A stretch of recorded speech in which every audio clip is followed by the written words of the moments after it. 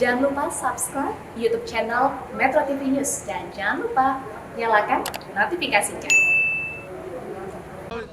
Dan untuk membahas mengenai kasus pinjaman online, kita sudah terhubung dengan anggota Komisi 3 DPR RI dari fraksi Nasdem, Taufik Basari. Selamat siang Bang Tobas, salam sehat. Selamat siang Eva, salam sehat selalu. Ya Bang Tobas, kepolisian menggerebek secara serentak ini sejumlah lokasi terkait dengan pinjaman online ilegal. Nah, bagaimana tanggapan Komisi 3 DPR RI terkait dengan langkah polisi ini? Ya, saya mengapresiasi langkah polisi yang memang seharusnya sudah dilakukan sejak lama, karena memang pinjaman online ini sudah sangat meresahkan. Begitu banyak korbannya, begitu banyak sebenarnya tindak pidana yang sudah terjadi dengan ancaman intimidasi dan sebagainya yang dilakukan oleh pinjol ilegal ini terhadap para nasabahnya, disebarkan identitasnya, kemudian dirusak nama baiknya. Itu sebenarnya peristiwa tindak pidananya sudah terjadi dan terjadi secara masif, sangat meresahkan. Oleh karena itulah maka meskipun agak terlambat harus saya katakan, namun saya tetap mengapresiasi langkah yang dilakukan oleh kepolisian, karena inilah yang memang kita tunggu-tunggu, polisi bertindak ya untuk memberantas tindakan-tindakan pidana yang dilakukan oleh pinjaman online ilegal ini. Agak terlambat, sebelumnya Presiden Joko Widodo juga menegaskan meminta pemberantasan pinjaman online. Ada kesan polisi bergerak setelah terjadi atau setelah mendapatkan perhatian dari Presiden Joko Widodo. Tanggapan Komisi 3 sebagai mitra dari kepolisian? Ya memang sebenarnya kan tindakan kepolisian ini sudah sangat kita nantikan ya. Dan kita bersyukur ada semacam pengingatan dari Pak Presiden ya kepada pihak kepolisian. Tapi saya tidak mau kita membuka lembaran yang dahulu. Kita lihat saja ke depan, yang penting sekarang polisi sudah bertindak, tapi catatannya adalah jangan sampai ini hanya sesaat saja, ya hanya efek kejut saja tanpa tindakan lebih lanjut. Oleh karena itu, apa yang sudah dilakukan dengan penggerebekan ini harus ditindaklanjuti dengan langkah-langkah berikutnya, ya, termasuk juga menelusuri siapa-siapa saja yang terlibat, bahkan sampai pelaku-pelaku lapangan.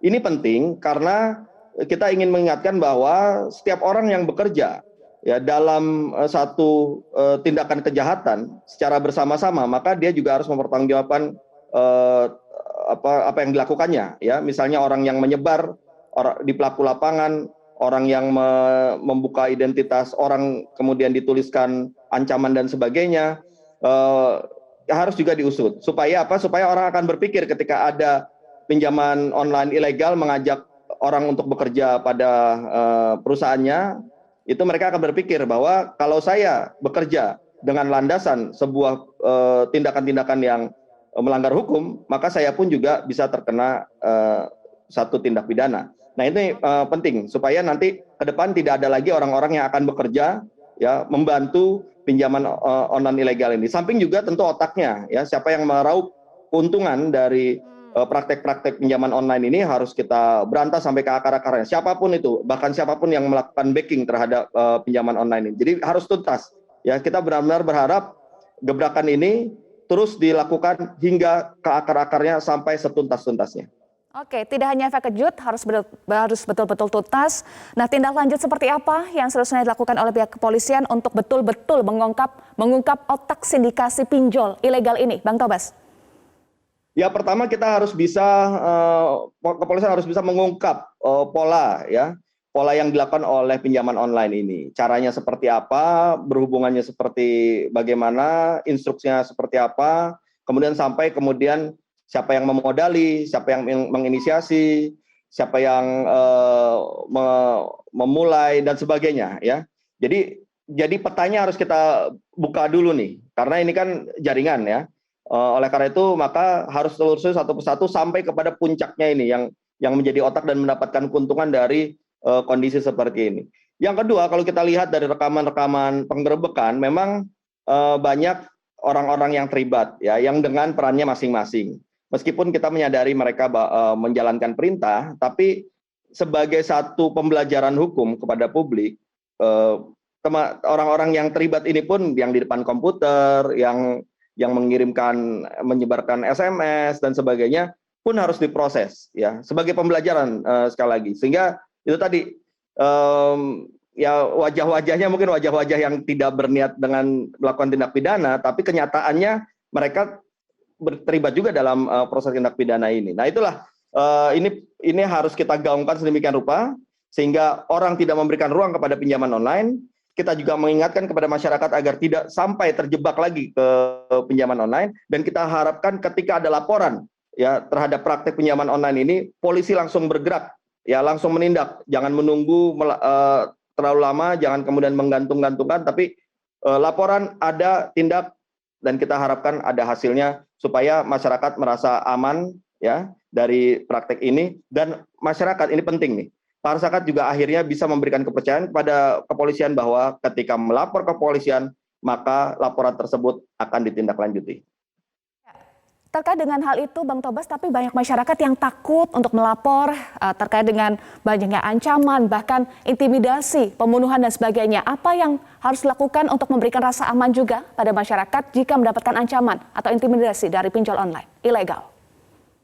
Ya, karena sistem yang dibangun oleh pinjaman online ilegal ini adalah rasa ketakutan, ya karena yang dibangun adalah ancaman dan intimidasi, maka memang pihak kepolisian harus membangun satu sistem jaminan perlindungan bagi para korban ini, sehingga korban ketika melapor, ketika ingin menindaklanjuti kasus ini secara hukum, mereka sudah ada jaminan-jaminan perlindungan dari pihak kepolisian. Ya, saya tentu serahkan kepada pihak kepolisian untuk membangun sistem jaminan perlindungannya seperti apa. Tapi yang jelas betul seperti kata Eva, ketakutan-ketakutan para warga untuk melapor karena sudah dikonstruksikan sedemikian rupa bahwa kalau melawan akan mendapatkan satu tindakan kekerasan tertentu, ini juga harus dicermati oleh pihak kepolisian, ya, karena ketika pihak kepolisian mampu memberikan satu jaminan perlindungan, maka saya meyakini korban yang siap untuk bersaksi, korban yang siap untuk melapor itu akan sangat banyak. Oleh karena itu, sistem jaminan perlindungan yang dibangun dulu, kemudian kita sosialisasikan kepada masyarakat dan ajak masyarakat untuk melaporkan apa yang dialaminya, untuk kemudian bisa menjadi saksi dan membantu pihak kepolisian untuk membongkar lebih lanjut praktek-praktek ilegal seperti ini. Baik, terakhir Bang Tobas, bagaimana koordinasi Komisi 3 DPR RI dengan pihak kepolisian untuk betul-betul memastikan mengatasi kasus pinjaman online ilegal ini bisa segera diusut secara tuntas yang sudah meresahkan publik sejauh ini? Ya, tentu komunikasi formal maupun informal akan kita jalankan kepada pihak kepolisian. Yang jelas Komisi 3 akan terus mendukung apa yang dilakukan oleh pihak kepolisian dalam hal menegakkan hukum terkait dengan praktek pinjaman online ini. Nanti dalam masa sidang berikutnya tentu kita akan agendakan juga rapat kerja dengan Kapolri, dan kita akan tanyakan kepada Kapolri langkah-langkah yang lebih komprehensif, yang lebih holistik dalam hal kita menghapuskan praktek pinjaman online ini demi memberikan rasa aman di tengah-tengah warga. Tapi selagi kita menunggu nanti masa sidang berikutnya dengan raker dengan Kapolri, tentu kita di Komisi 3 juga akan melakukan satu komunikasi dengan pihak kepolisian di berbagai daerah, ya untuk terus memantau, menjalankan fungsi kita di Komisi 3 untuk melakukan pengawasan, mendorong dan mensupport pihak kepolisian untuk terus memberantas pinjaman online ilegal ini.